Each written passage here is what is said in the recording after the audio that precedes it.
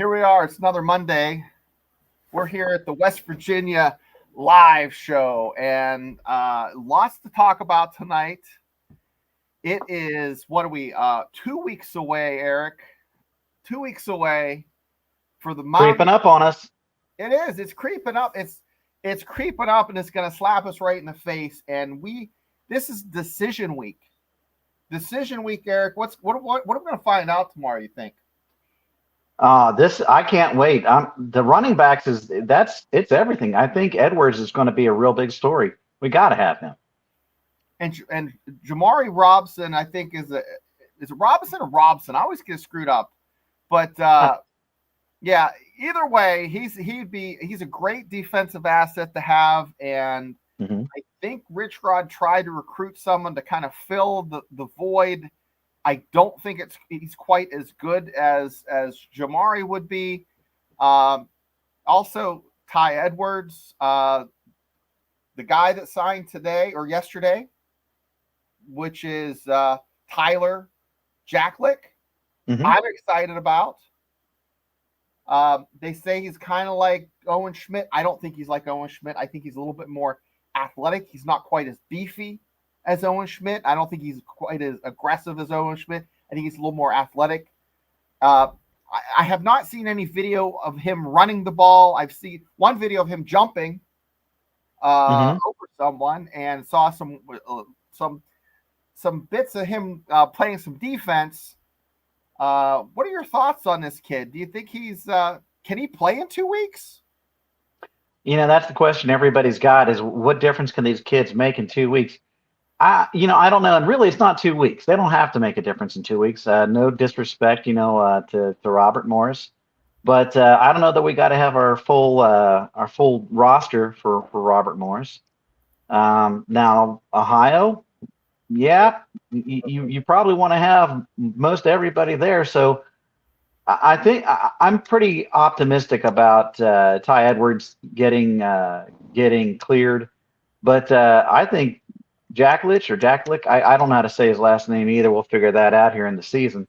I think he could contribute as well. I think he probably.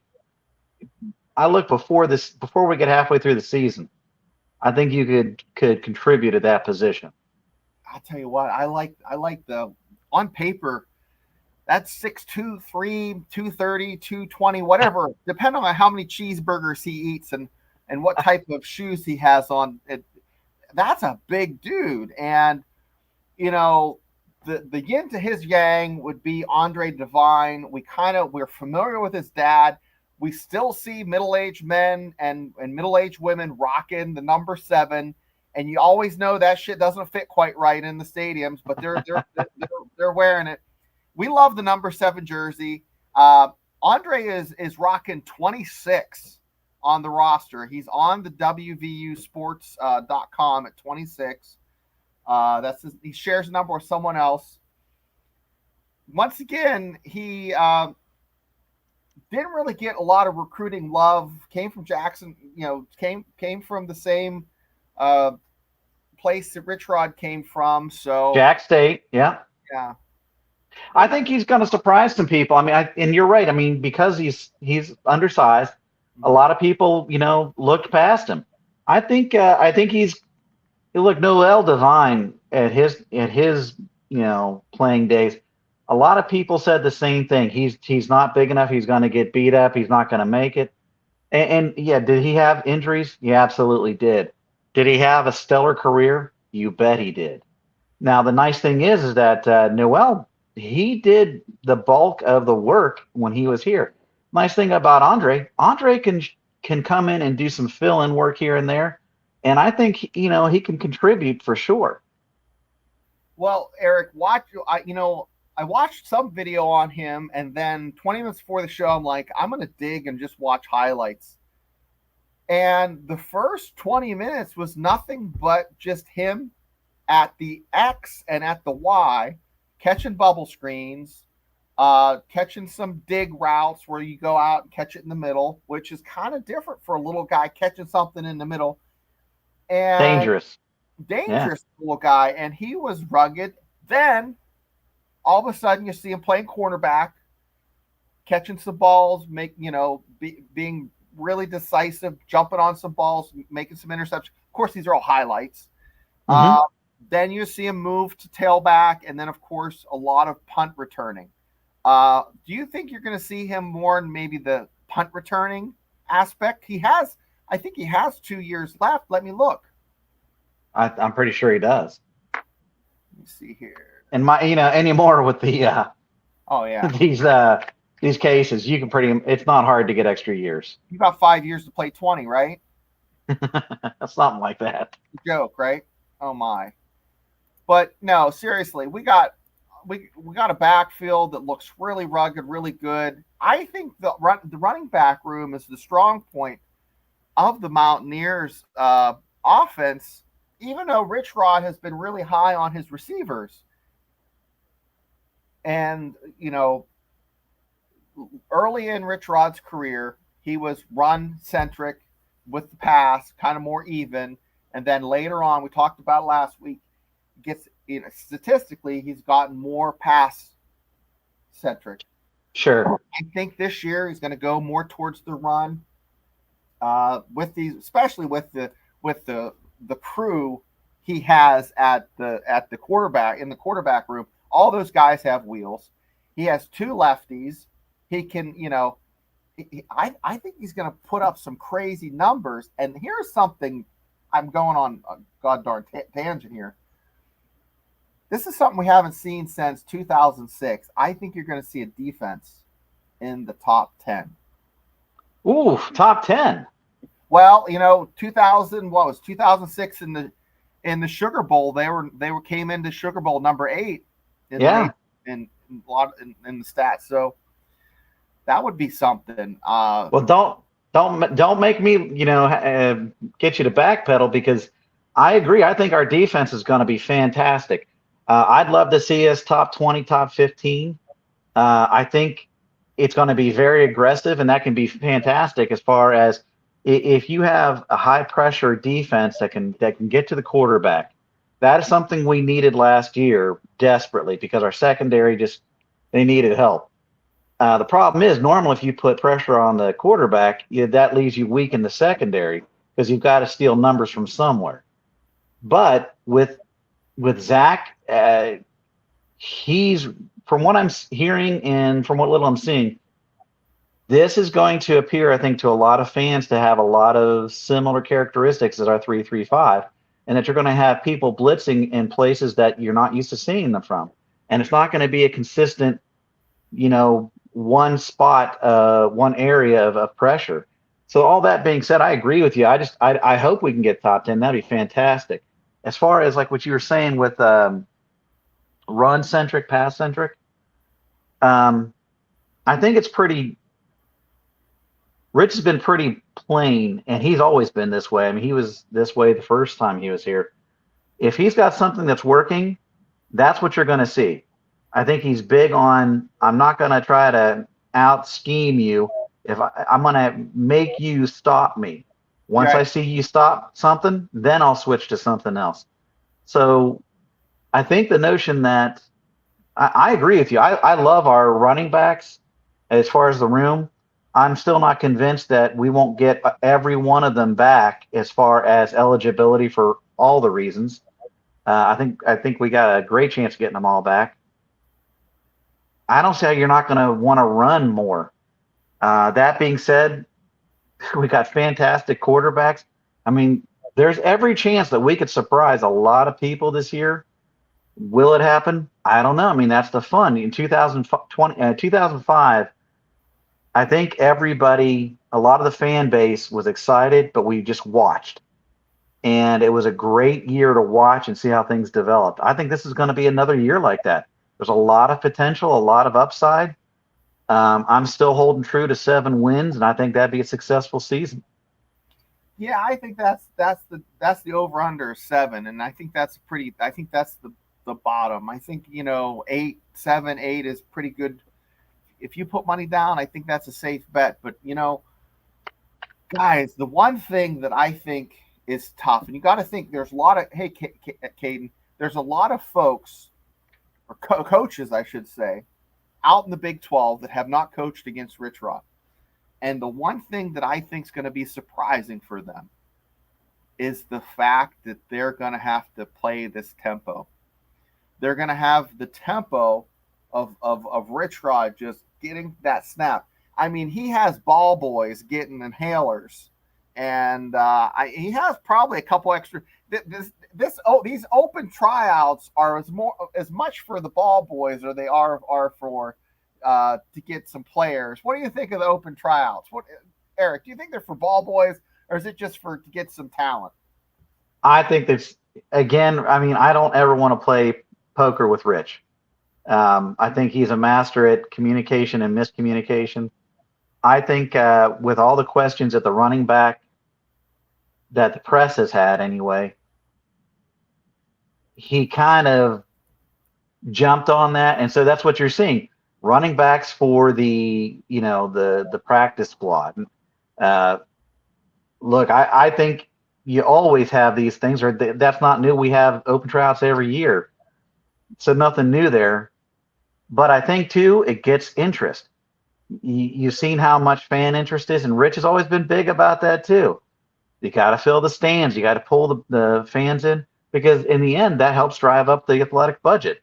Rich knows how to play the game. I'm not worried. I'm still not worried. We talked before the show for probably 2 or 3 minutes, and there is a quarterback, Baker Mayfield, that was a walk-on, and he's kind of a big deal. There's a laundry list of walk-ons that have been super successful.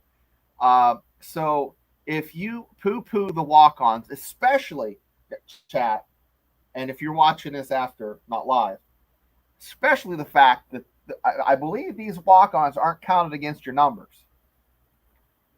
They're not counted against your scholarship numbers. And you just got to feed these knuckleheads. Then go be it. That's it. Let them put a jersey on them, put a helmet on them, and let them play some ball.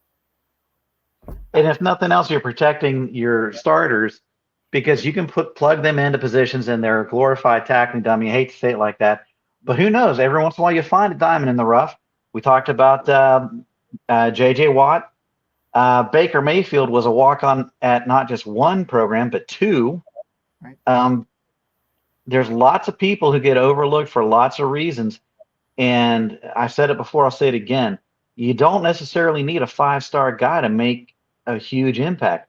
You just need the right guy in the right system at the right time.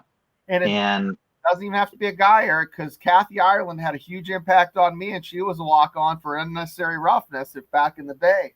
It might have to be, over 35 to remember that, but that was a hell of a football movie. But you still have her jersey, don't you?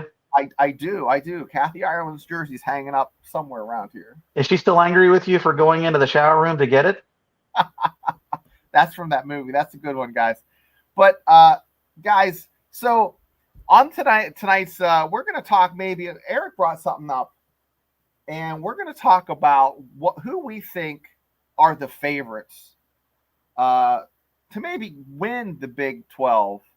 And Eric's going to mention some numbers on the budget on each one of these teams. And I'm going to run through what we think are the teams that are going to do it. And then Eric's going to throw the numbers, and we'll see if they jive at the end of the year.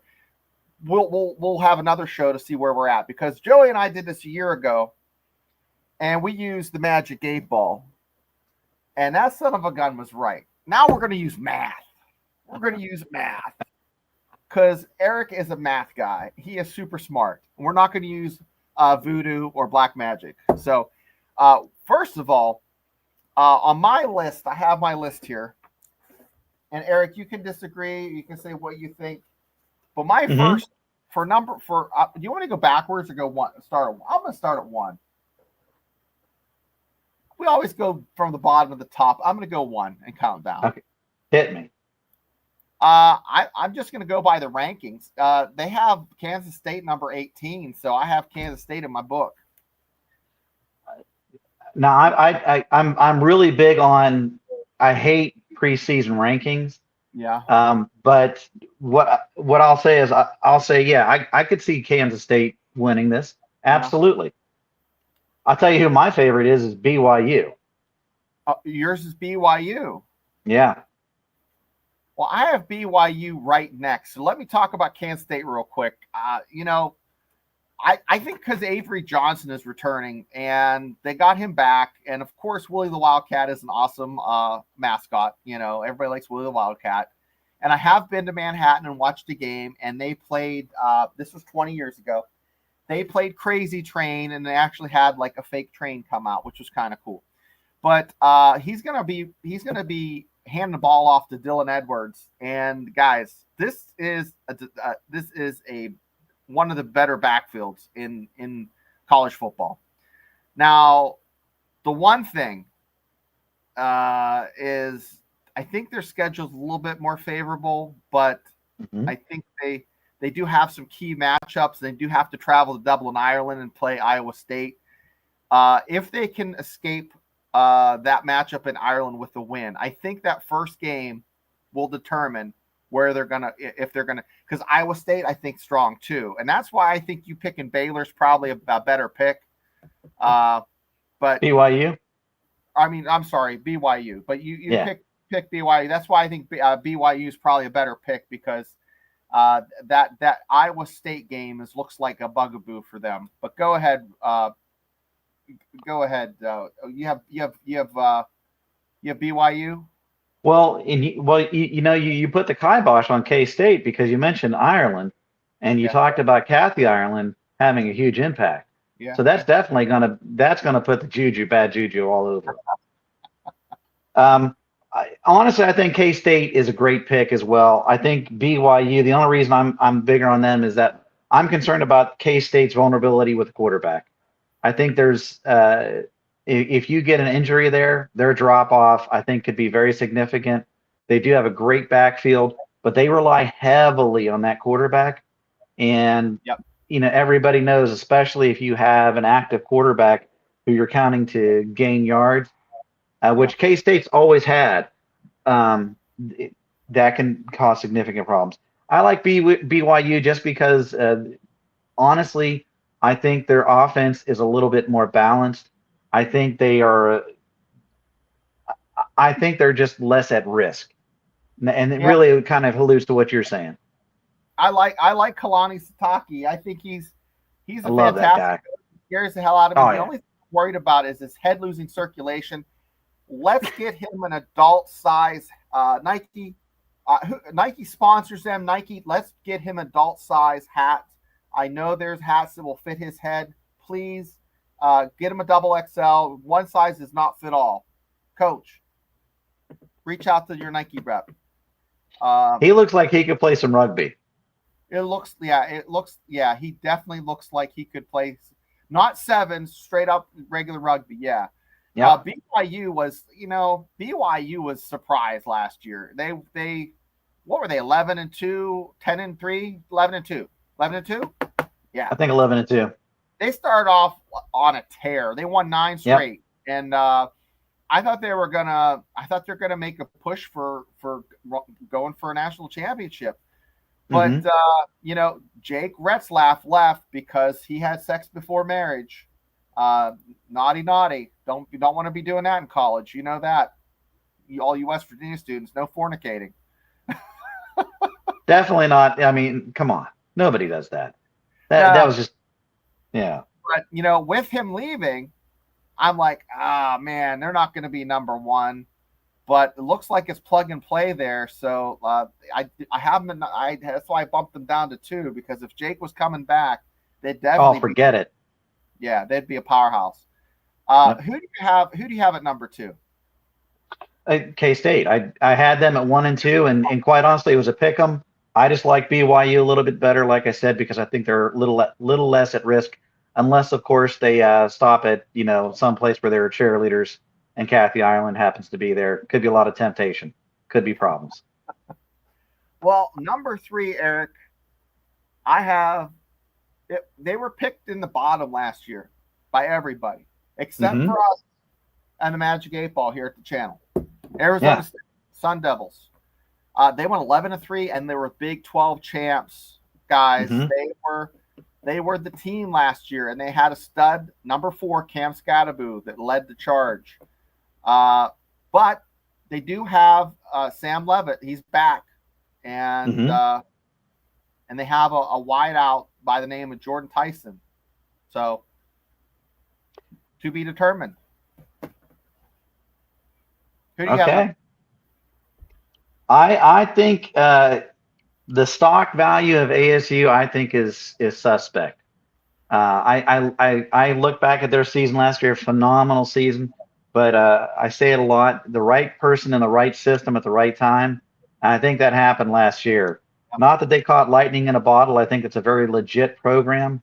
But if you look at what Cam Scatterby did for them, especially after yards after contact, ridiculous what that guy did. I don't think they're going to repeat it without him. So I have them dropping. I don't agree with them at 3. I like Kansas. I have Kansas next. I think the Jayhawks are gonna. I think they're gonna pick up where they had left off 2 years ago. Wow! So you have Kansas at 3, and then who do you have at 4 then? I like Iowa State. Okay. Yeah. Campbell's a good coach. I think that's a pretty solid program. I think I could have also I could have gone with Baylor, but Baylor has a way of disappointing me. So I that was nothing more than I had my own magic 8 ball. Well, I agree with you. I have Iowa State at 4 also. They're 30. Yeah, they're in the preseason poll, but despite coming off one of their I think it was the best season they've ever had. I might be wrong. They were 11-3, and they were close to just being the champs. But they get the son of a WVU legend back, Rocco Becht. And he had 25 touchdowns and threw for 3,500 yards. So with that, I have them at number 4. And then at number 5, I have Kansas. Okay. Lance Leipold had a shit year last year at 5-7. Really, really didn't hit the mark. I think he kind of bounces back this year. Jalen Daniels is back in his final year. It's his 6th year in the program. Which is why I'm all giddy. He's a poor man's Pat White. Yeah, he is. And if he stays healthy, which is what I said last year, I mean, they could make a run. So, Kansas is my number 5. Mm-hmm. Who do you have at 5? I am conflicted with this. I want to pick TCU, but I got a feeling I got this love-hate relationship with Baylor. When I pick them to do well, they completely lay an egg. When I count on them to fall on their face, they surprise me. So I'm going to go with Baylor. God, it was like a vinegar in my mouth right there. Well, I have Baylor at 6. So Baylor is ranked 28 in the nation. Dave Aranda led Baylor to 8-5. Guys, he kind of dug himself out of a hole. I thought he was going to get fired. He turned his team around. They have Sawyer Robertson, and then they have a guy named Dawson Pendergrass in the backfield. Guys, I don't know. They have to play Auburn, SMU, and Arizona State in the first 3 of their 4 games. If it wasn't for that, I would have them higher. If Baylor can come out punching, they could jump up and be a top 10 team like that. Boom. You punch Auburn in the mouth, SMU, you're legit right there. Mm-hmm. Which would be great for the Big 12. So, who do you have at number 6? I got TCU. TCU. Nice. TCU at number 6. So, TCU, number 6. Let me write that down. So we're up at number 7. Mm-hmm. Number 7, I'm not far off of that. I got guns up, baby. We're in agreement there. That's who I have too. Texas Tech. Yep. I got, nobody's been spending more than these guys. They just got a big push of money from oil, and what was it, 300 million or something like that? And Yeah. they have the SEC running scared. The Big 12 is, West Virginia doesn't have that kind of money, but they're hanging with the ballers. They're ballers on a budget, but you know what? They're hanging with the ballers. Texas Tech has money to burn. We're going to talk about that at the end of the segment. Number 1 transfer class, period. And I have them at 7. I must be smoking some, but they're number 35 in the preseason poll. Red Raiders are knocking on the Big 12 top 3. With the recruiting class like that, they should be higher. But I got to see some wins. I got to see some consistency before I do that. That's why I have them at number 7. And this is going to be a great conversation later on. Yeah. Yeah. Who do you have at? Did you do 7 yet or no? I did 7. Texas Tech. Texas Tech. Okay. Number 8. Now you said TCU, right? No, TCU I have at 6. Number 8. I'm gonna. Every year the Big 12 has this thing where they cannibalize each other. That's because we have so much parity in the league. That's it. And I can see this being another year that we're going to have this drop off real quick. And so I'm really struggling on whether to pick Colorado or WVU. So I'm going to go with WVU. I'm going to do something stupid. Why not? I too have WVU at number 8. Oh, well, there you go. I don't feel so dumb about that now. Okay. WVU at number 8. Middle of the road. Don't really. I mean, they could be as high as number 5, and they could be as low as number 10, and I wouldn't be surprised.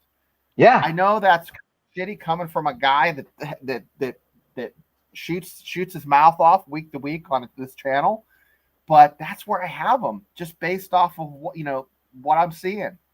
Got to be realistic. I can't be rah and all sunshine and rainbows shoving up everybody's rear end with I just got to be real with you guys. Number 8, West Virginia. Love it. So number 9, I have TCU. Now, let's just go back 3 years. Not quite to COVID, but 3 years ago, TCU played in a little thing called a national championship game. And then they followed that up with a big, they win 4 games. So, so let's see how they do. I have them right behind West Virginia. Let's see if they can make a big jump. They made a big jump from 2023 to 2024. Let's see if they can make another jump back up to being a team that blew out Michigan to play in the championship game. So, who do you have at number 9? Number 9. I mentioned Colorado before, but I'm looking for them to start to collapse a little bit. So I'm gonna go with ASU. I'm gonna say that this is where ASU puts the brakes on, and they can finish middle of the pack. They maybe don't have the running threat they did last year, but they're gonna make up for it with the pass.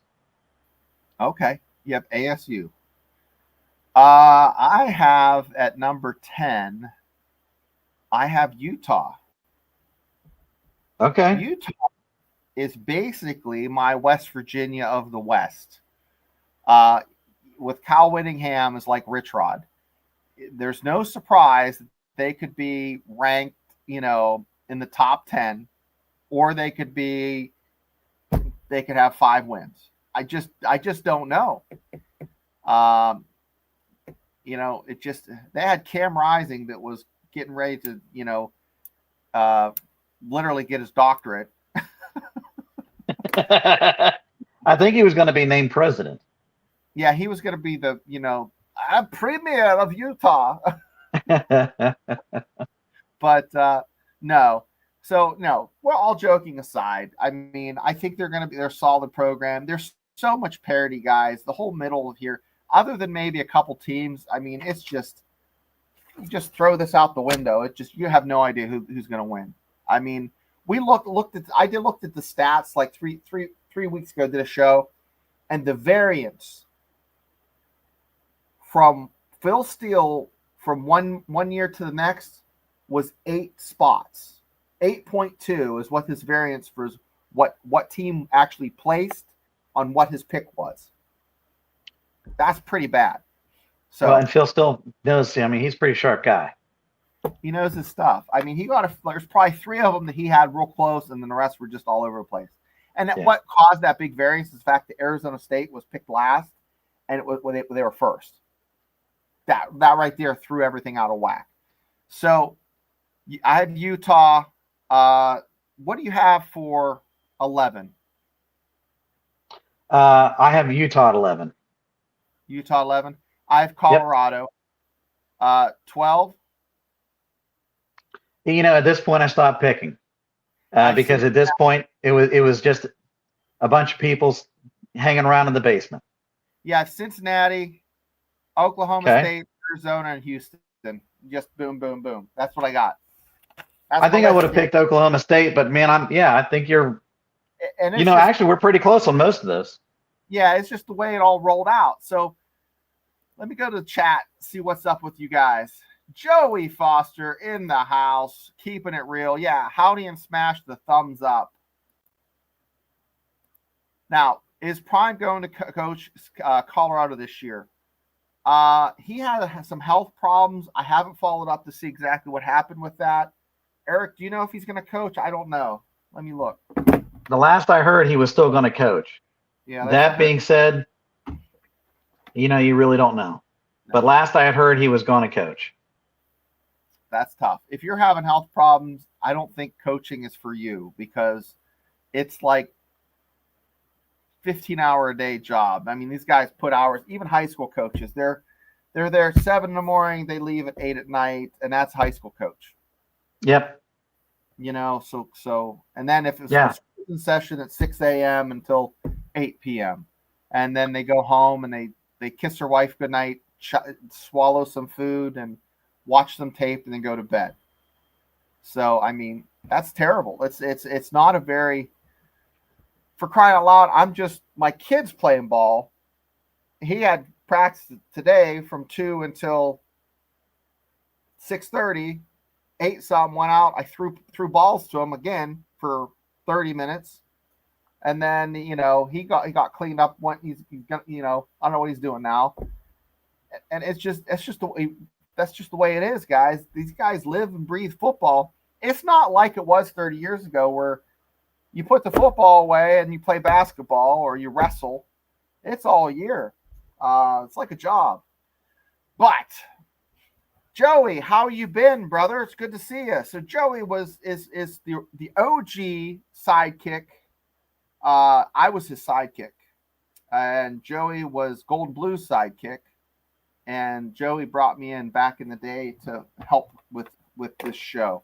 So let's talk about money, Eric, and how these programs pay these Yardbirds to eat, and to the NIL and the training tables and the tape and whatever. What are these guys doing? So now I got to correct you on something. You said I was a really smart guy, and apparently I'm not that smart because I didn't actually write down numbers because I'm not big on a lot of these numbers that get thrown around. Just give us a gist.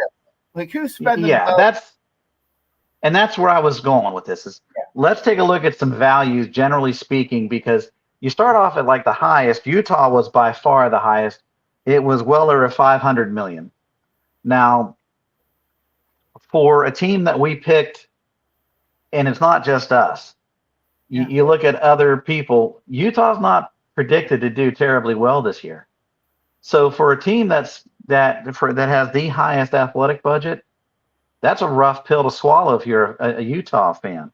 And real quick, my picks, like I did my picks this morning, and On came out with theirs at 3:00 this afternoon, and theirs were almost identical except for like 4 or 5, and they were just maybe 1 or 2 spots off. So we're not our picks are not that off on what the other folks, the professionals, are. So you don't have to drug test us. We're not, we're not like there's just vitamins in there and ibuprofen. Okay, we promise.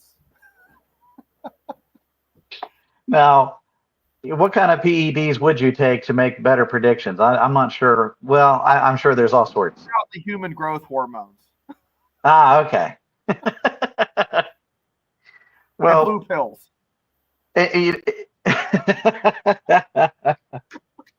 I don't know that that's going to make you do any better here, but it does improve performance elsewhere.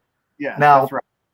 Every year the Big 12 has, it's not uncommon for most of these conferences. You'll have 1 or 2 schools that are predicted to do well, and they'll just fall off the face of the map, And so I was picking on ASU because last year they had that meteoric rise, and I figured, well, I'm not saying they caught lightning in a bottle, but you definitely had the perfect guy in the perfect spot at the perfect time.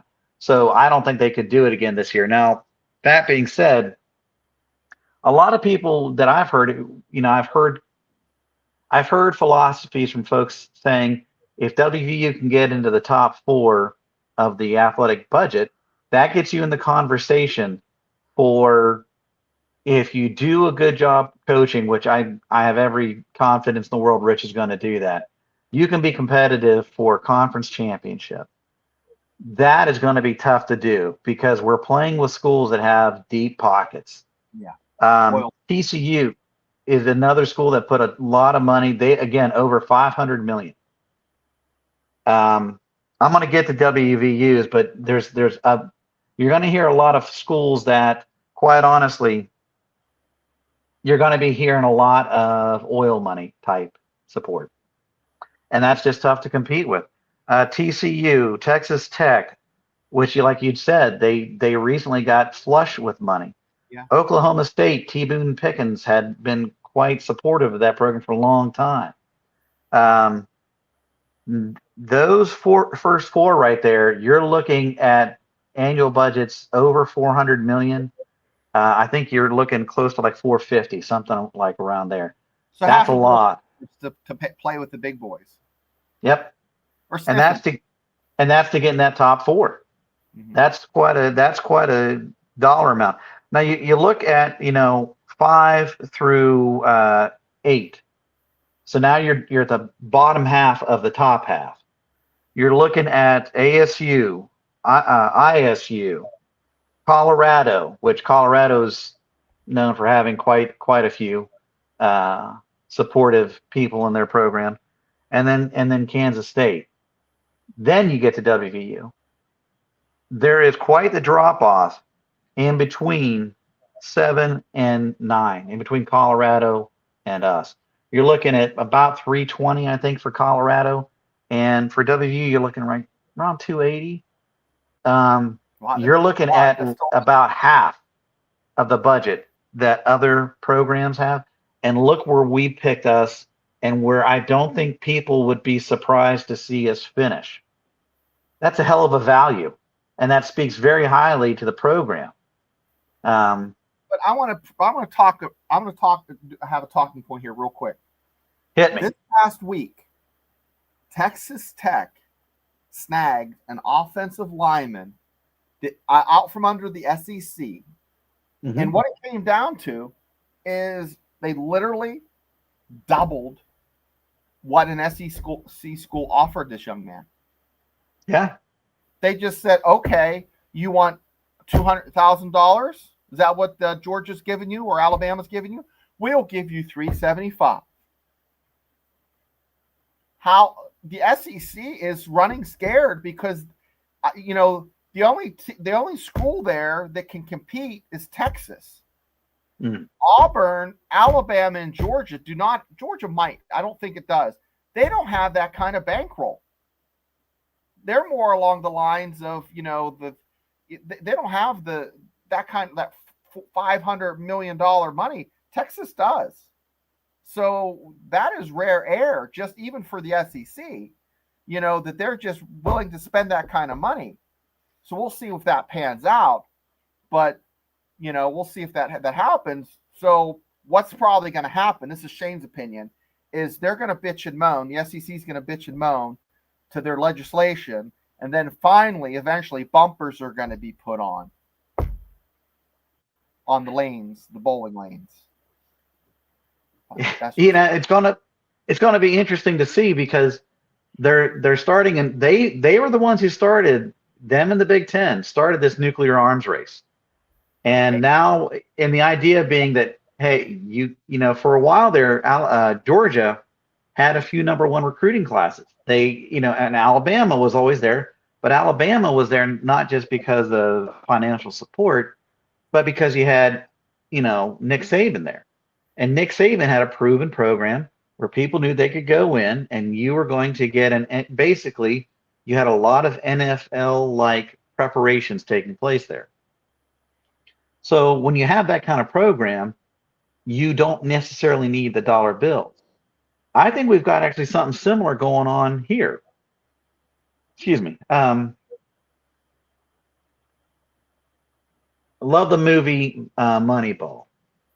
And the great line in there, if we play like the Yankees in here, we will lose to the Yankees out there. Great quote. Rich's schemes, both offensively and then Zach's on defense,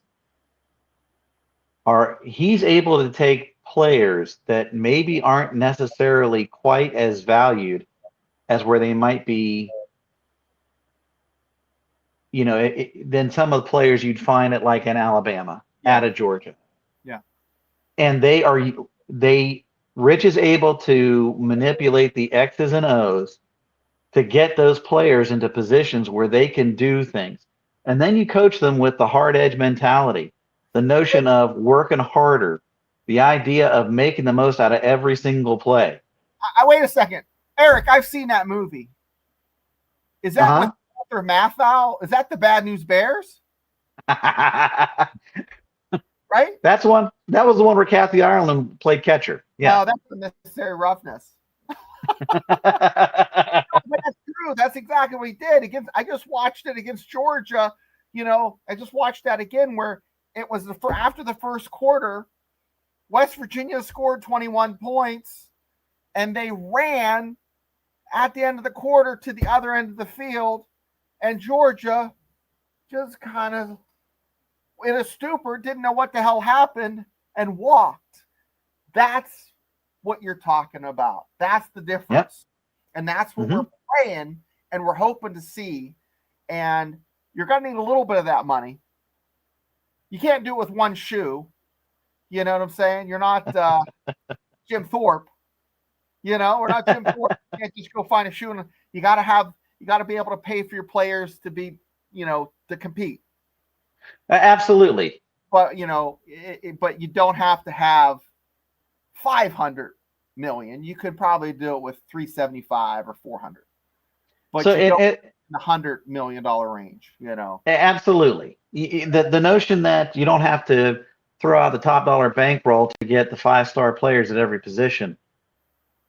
Proof of this, and I hate to keep going back to the time period where, Rich's first stint. Yeah. But Pat White, if he stays at LSU, if that was an NIL time period, as a defensive back, certainly he's not going to be valued that much there. He gets $40,000, a pat on the back, and maybe an extra pair of sneakers here and there. That's it. Yeah. Talk about he comes here and surprise, surprise, because no one else was interested in him as a quarterback. But Rich saw the potential, and Rich had the system. And so when you can do that sort of thing, and that's why to me, like the 3-3-5 was at the time so tremendous, because there were a lot of players in the country who were these hybrid safety backers that you could get that otherwise other schools didn't know really what to do with them. They weren't big enough for other schools to play linebacker, and they didn't really have the bandits and the spurs that we did. So I that's where I think we're making the value. So even if we don't have like necessarily the large bankroll, at the end of the season, this is going to be great to go back and see. And if we finish as high as what we think, WVU's stock looks really good, and that's how you can bring even better talent. Well, I'm just, history does repeat itself. And if history repeats itself, in 4 years, West Virginia is going to be a force to be reckoned with. And I am really thinking it's going to be sooner because of the acceleration with the NIL. Rich Rod can move those chess pieces, get them in place. He's older, wiser, grayer, and he knows exactly what he wants and how to get it there. Also, West Virginia has a little bit more juice than it did back in 2001. Yep. So, wow, we've covered everything, and I'll tell you what, we did it in record time. I thought this would take an hour and a half, and we did it in 45 minutes. Well, that's because I let you down with the rankings. At a certain point, I just gave up. No. I mean, the bottom five can just be, it's like mix and match. Is Oklahoma State going to be 16? Is Houston going to be 16? At that point, it doesn't matter because, you could do that with the middle of the road. Like West Virginia could be 5 or they could be 8. And to think otherwise is just foolish and over optimistic, because at the end of the day, West Virginia is going to lose 3 games. It's just 3? I mean, they have a difficult home schedule. Utah is I'm going to be wringing my hands at that Utah game. Texas Tech that is going to be at the end. The only saving grace is going to be cold as hell at the end of the year. Texas Tech's going to have to fly out here. It's going to be miserable for them. Yep. And Mountaineer fans, we're going to make it even more miserable. Don't be mean to the fans. Just make sure it's just make sure it's cold. But son of a gun, we are what? It's the 18th. Tomorrow we find out if Ty Edwards is going to be playing. He's a load, and they have Tyler JACKLICH, which was signed yesterday, and Andre DEVINE, which are blessings. But Jamori Robson is definitely needed at defensive end. Man, that Zach Alley's probably sitting there. Oh, I hope. But they have been able to practice or play with the team. They've been probably working out their own. I'm sure they have a graduate assistant that's following them around with an earpiece in, kind of keeping them up. Do you think? It got to be. They're allowed to be at the facilities, is my understanding. They just can't do things with the team. So they can be there. So I think they can pick up a lot of things osmotically. Is it kind of like they're just like they have their own little yoga mat and they're doing something by themselves, looking for the fans, right? Think that? Yeah. They're going to be eating ice cream. Rich has been big on the ice cream machine, so maybe that's what they've been doing. Ice cream machine. My neighbor has these wonderful birthday parties, and he has one of those frozen daiquiri machines, and it has 2 sides, and one is for adults and one is for kids. And I think that's the coolest thing in the world. Absolutely. Don't get them mixed up, though. Frozen mixed drink machine. But maybe you make them gold and blue. Oh, yeah, gold and blue. He always does like pastels, but he has to put labels. This one has alcohol, this one doesn't. But no, guys. So the show, check it out. Every Monday night, this is the West Virginia Live show on the voice of college football. We're here 9 o'clock every Monday night, and Thursdays at 8. Thursdays at 8, it's the live call-in show. So if you want to pop in and say something, if you think Rich Rod is the best thing since sliced bread, give us a call and let us know. If you think Zach Alley is a tall drink of water, let us know that too. If you don't, well, then call and let us know. But with that, we'll be here.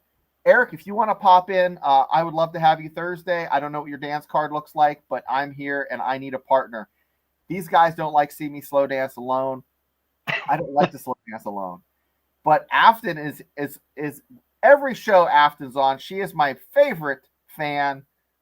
She is from Kansas, and she is a Kansas fan. Kansas State, actually.